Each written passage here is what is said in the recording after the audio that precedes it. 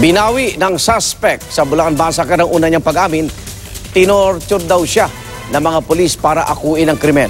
Saksi si Maris Umali. Sinaksak ko po.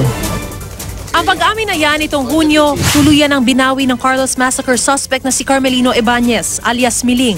Doon po sa masakit. Massacre? Wala po akong kinalaman po doon. Miling, walang nagbibintang sa'yo, ikaw ang umamin. Natakot lang po ako. Tinorture lang daw siya ng mga pulis para mapaamin. Dito po sa dibdib, sinuntok po. Binalot pa ako ng plastic sa ulo. Hindi na po ako makahinga. Pinukpok din umano siya ng martilyo sa daliri sa kanang kamay. Sa kamay po, pinalo po. Pero hindi naman po bumakal. Pinapaamin po ako. Pero wala nang markas sa kamay kung saan umano siya minartilyo, pati sa dibdib at yan kung saan daw siya sinuntok at sinikmuraan. Wala na po kasi lumipas na po eh.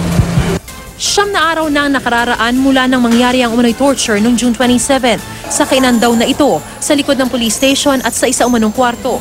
Sabi pa raw sa kanya ng mga pulis. Kung kang umuwi doon, baka ikaw ano yun ng mga tao doon.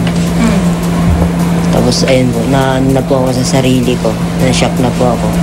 Sa sobrang takot ko po, parang hindi na po ako nag-iisip. It is so absurd. Hindi po namin gagawin yun. Actually, personally, I am the one taking care of him. Hindi po ang PNP sama sa Del Monte mag-resort ng ganong tactics just to finish this case. Kung noon sinabi ni Ibanez na may tila bumulong sa kanya para pumasok sa bahay ng mga biktima, ngayon iginiit niyang di pa siya nakapasok doon.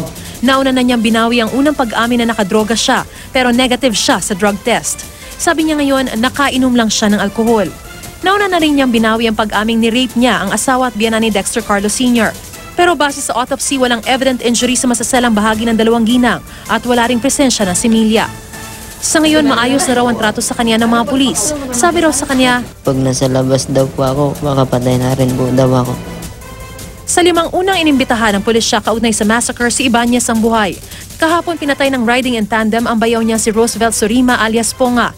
Natagpuan namang patay nitong Lunes ang dati niya isinangkot na si Rolando Pasinos alias Ingo.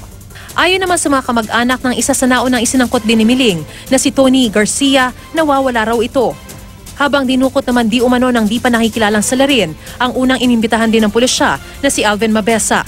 Kung binawi na ang pag-amin, ibig sabihin ba wala ng kaso laban kay Ibanez? Hindi kami nagbabase ng aming kaso or yung future ng aming kaso on his sworn statement or his confession. So it is up to the prosecutor who will use this his confession. Ako si Maris Umali, ang inyong saksi.